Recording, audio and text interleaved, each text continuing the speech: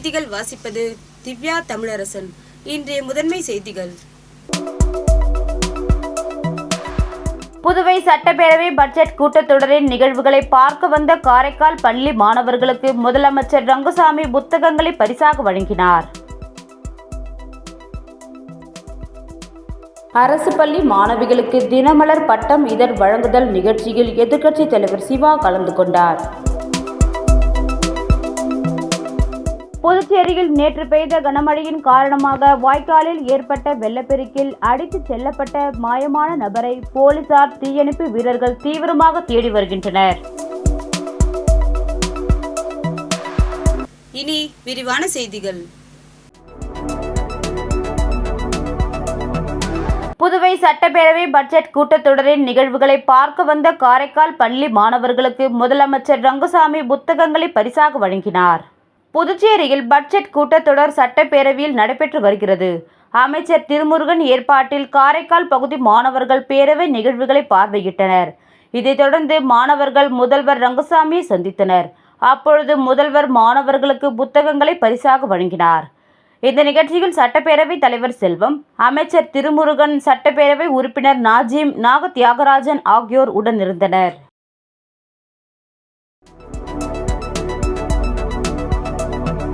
அரசு பள்ளி மாணவிகளுக்கு தினமலர் பட்டம் இதழ் வழங்குதல் நிகழ்ச்சியில் எதிர்க்கட்சித் தலைவர் சிவா கலந்து கொண்டார். மாணவ மாணவியர்களுக்கான வாசிப்பு திறனை மேம்படுத்தவும், பொது அறிவு, செய்திகள், நாட்டு நடப்புகள், அறிவியல் கண்டுபிடிப்புகள், விஞ்ஞான வளர்ச்சி, தற்போது தொழில்நுட்ப அபிவிருத்திகள் உள்ளிட்ட அறிவியல் தகவல்களை மாணவர்களுக்கு எளிதும் புரியும் வகையில் தினமலர் பட்டம் இதழ் திங்கள் முதல் வெள்ளி வரை வெளியிடப்பட்டு வருகிறது. வெள்ளியனூர் தென்கோபுர வீதியில் உள்ள அரசு பெண்கள் நடுநிலைப் பள்ளி மாணவர்களுக்கு தினமலர் பட்டம் இதழ் வழங்குதல் நிகழ்ச்சி நடைபெற்றது. இந்த நிகழ்ச்சிக்கு தலைமை ஆசிரியர் பஞ்சாயத்தம்மாள் தலைமை தாங்கினார். ஆசிரியர்கள் சரவணன், சங்கர் தேவி, முருகையன் ஆகியோர் முன்னிலை வகித்தனர். எதிர்க்கட்சி தலைவர் சிவா மாணவியர்களுக்கு தினமலர் பட்டம் இதழ் வழங்கினார். இந்த நிகழ்ச்சியில் திமுக நிர்வாகிகள் மணிகண்டன், சபரிநாதன், முருகேசன், பவித்ரன், தியாகு உள்ளிட்ட பலர் கலந்து கொண்டனர்.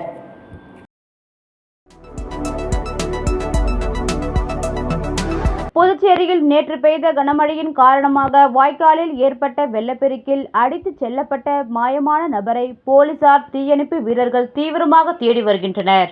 புதுச்சேரியில் கடந்த 2 நாட்களாக பெய்து வரும் கனமழையின் காரணமாக புதுச்சேரி சாலைகள் 6 குளம் போல் காட்சியளிக்கிறது.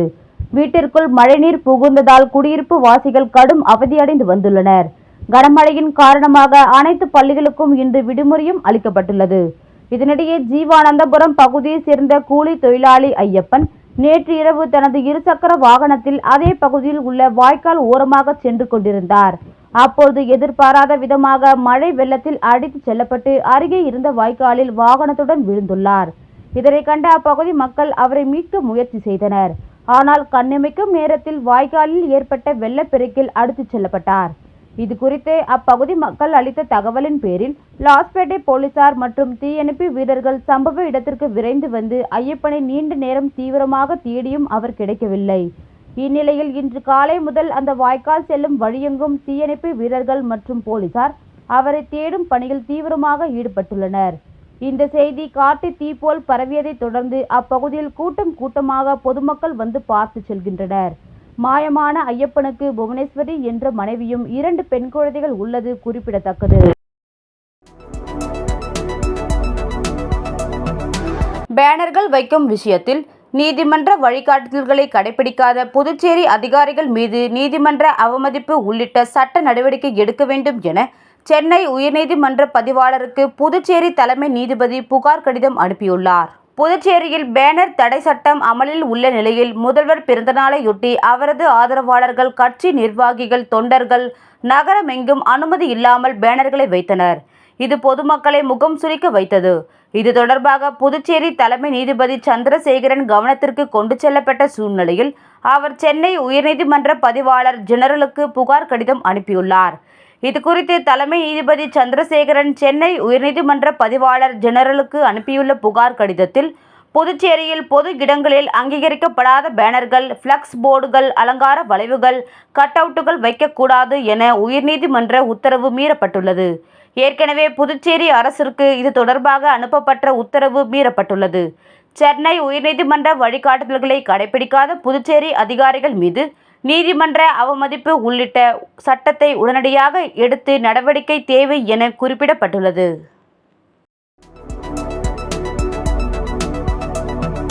புதுச்சேரியில் கொசுவை ஒழிக்க ட்ரோன் மூலம் கொசு மருந்து அடிப்பது தொடர்பாக உள்ளாட்சித்துறை இயக்குனர் சக்திவேல் தலைமையில் ஆலோசனைக் கூட்டம் நடைபெற்றது. புதுச்சேரியில் பெருகி வரும் கொசு தொல்லை மற்றும் கொசுக்களால் பரவும் டெங்கு, மலேரியா மற்றும் சிக்கன் குனியா ஆகியவற்றை கட்டுப்படுத்துவதற்காக அவசர கூட்டம் உள்ளாட்சித்துறை இயக்குனர் சக்திவேல் தலைமையில் உள்ளாட்சித்துறையில் நடைபெற்றது. கூட்டத்தில் நலவழித்துறை உதவி இயக்குனர் வசந்தகுமாரி புதுச்சேரியில் மேற்கொள்ளப்படும் தடுப்பு நடவடிக்கைகள் குறித்து விளக்கம் அளித்தார். மேலும் சென்னை பெருநகர மாநகராட்சியின் நோய் கட்டுப்பாட்டு தலைமை அதிகாரி செல்வகுமார் கூட்டத்தில் கலந்து கொண்டு சென்னையில் ட்ரோன் மூலம் கொசு மருந்து அடிக்கும் புதிய தொழில்நுட்பம் குறித்தும் கொசுவை ஒழிக்க சென்னை மாநகராட்சி எடுத்து வரும் பல்வேறு நடவடிக்கைகள் மற்றும் தடுப்பு முறைகள் குறித்தும் விளக்கமளித்தார்.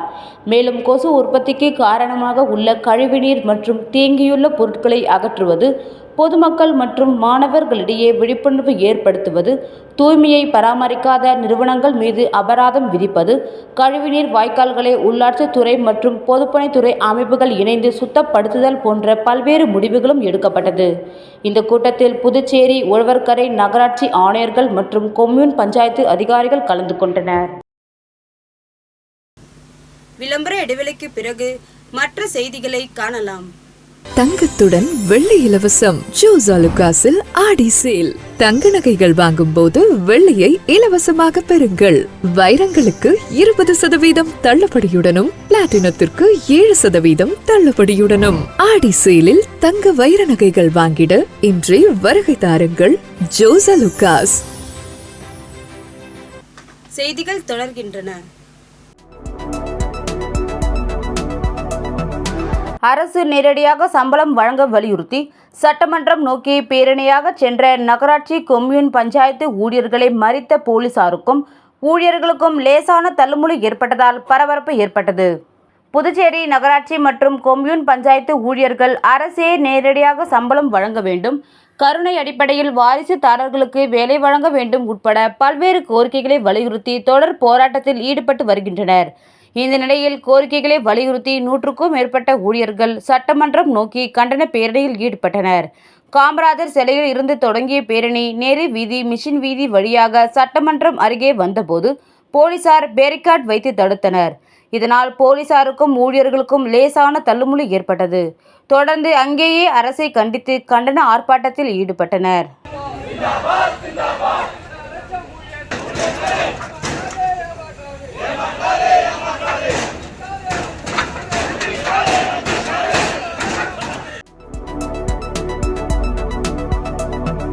சட்டவிரோத பேனர் விவகாரத்தில் உயர்நீதிமன்ற உத்தரவை மதிக்காமல் சட்டத்திற்கு புறம்பாக செயல்படும் அரசு அதிகாரிகள் மீது நடவடிக்கை எடுக்க கோரி புதுச்சேரி தலைமை நீதிபதி சென்னை உயர்நீதிமன்றத்திற்கு புகார் கடிதம் அனுப்பியுள்ளது புதுச்சேரி மாநிலத்திற்கு பெரும் தலைக்குனிவை ஏற்படுத்தி உள்ளதாக அதிமுக மாநில செயலாளர் அன்பழகன் தெரிவித்துள்ளார். புதுச்சேரி அதிமுக தலைமை அலுவலகத்தில் செய்தியாளர்களை சந்தித்த மாநில செயலாளர் அன்பழகன், புதுச்சேரியில் திறந்தவெளி விளம்பர தடை சட்டத்தை மதிக்காமல் ஆட்சியாளர்களுக்கு ஆதரவாக காவல்துறை, உள்ளாட்சித்துறை, பொதுப்பணித்துறை உட்பட பல்வேறு துறைகளை சேர்ந்த உயர் அதிகாரிகள் சட்டவிரோதமாக செயல்பட்டு வருகின்றனர் என்று குற்றம் சாட்டிய அன்பழகன், சென்னை உயர்நீதிமன்றத்தின் உத்தரவை மதிக்காமல் சட்டவிரோதமாக செயல்படும் அதிகாரிகள் மீது நடவடிக்கை எடுக்க வலியுறுத்தி புதுச்சேரி தலைமை நீதிபதி சென்னை உயர்நீதிமன்றத்திற்கு புகார் கடிதம் அனுப்பியுள்ளது புதுச்சேரி மாநிலத்திற்கு அவமானத்தை ஏற்படுத்தி உள்ளது என தெரிவித்தார்.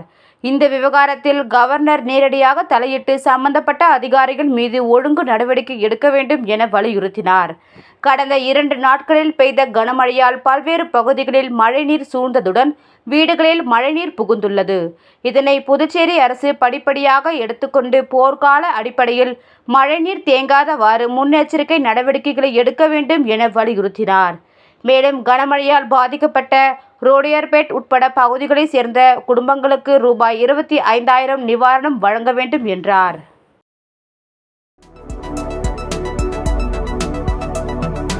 நாவர்குளம் கடற்படை அலுவலகத்தில் தமிழ்நாடு மற்றும் புதுச்சேரியை சேர்ந்த நவ் சைனிக் முகாம் பயிற்சி மாணவர்களுக்கு ERSSS 112 பற்றியும் போதைப் பொருட்கள் விழிப்புணர்வு மற்றும் சைபர் கிரைம் குற்றங்களை பற்றிய விழிப்புணர்வு நிகழ்ச்சி நடைபெற்றது.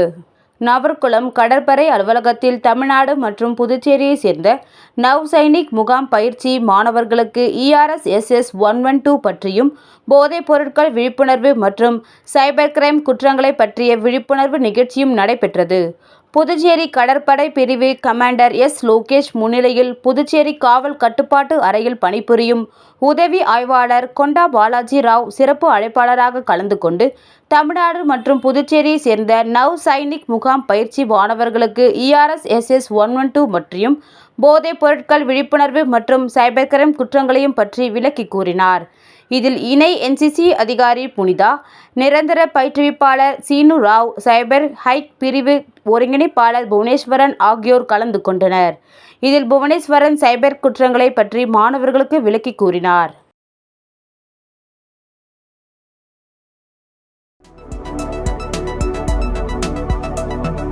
புதுச்சேரி பெரிய கன்னிக்கோவில் ஸ்ரீ மன்னாதி ஈஸ்வரர் உடனுரை ஸ்ரீ பச்சைவாழியம்மன் ஆலயத்தில் நடைபெற்ற தீமிதி திருவிழாவில் 500க்கும் மேற்பட்ட ஆண்கள் பெண்கள் கலந்து கொண்டு தீ மிதித்து நேர்த்திக்கடனை செலுத்தினார்கள்.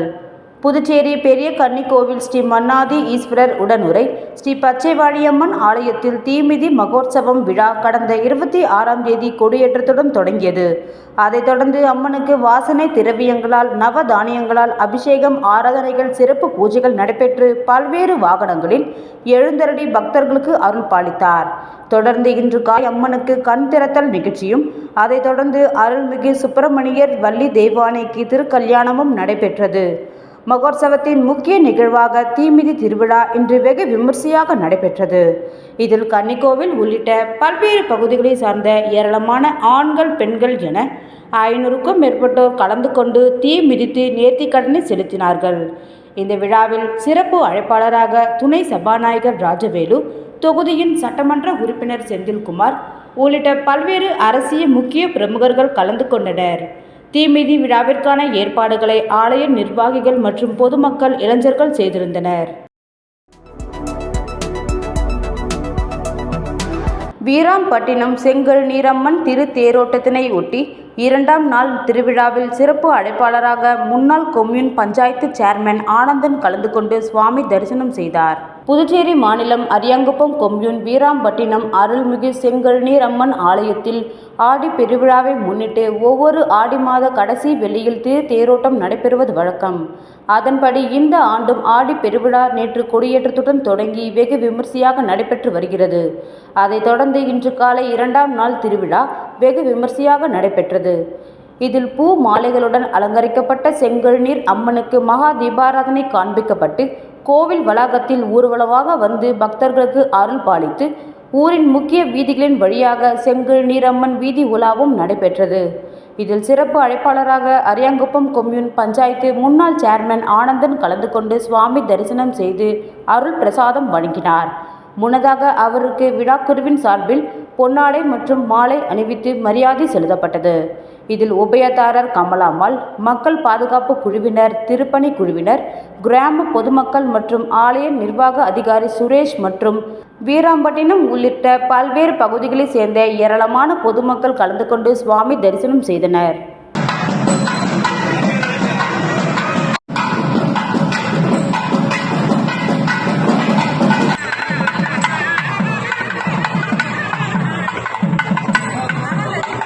மீண்டும் முதன்மை செய்திகள். புதுவை சட்டப்பேரவை பட்ஜெட் கூட்டத்தொடரின் நிகழ்வுகளை பார்க்க வந்த காரைக்கால் பள்ளி மாணவர்களுக்கு முதலமைச்சர் ரங்கசாமி புத்தகங்களை பரிசாக வழங்கினார். அரசு பள்ளி மாணவிகளுக்கு தினமலர் பட்டம் இதழ் வழங்குதல் நிகழ்ச்சியில் எதிர்க்கட்சித் தலைவர் சிவா கலந்து கொண்டார். புதுச்சேரியில் நேற்று பெய்த கனமழையின் காரணமாக வாய்க்காலில் ஏற்பட்ட வெள்ளப்பெருக்கில் அடித்துச் செல்லப்பட்ட மாயமான நபரை போலீசார், தீயணைப்பு வீரர்கள் தீவிரமாக தேடி வருகின்றனர். இத்துடன் இச்செய்தி அறிக்கை நிறைவு பெறுகின்றன. நன்றி, வணக்கம்.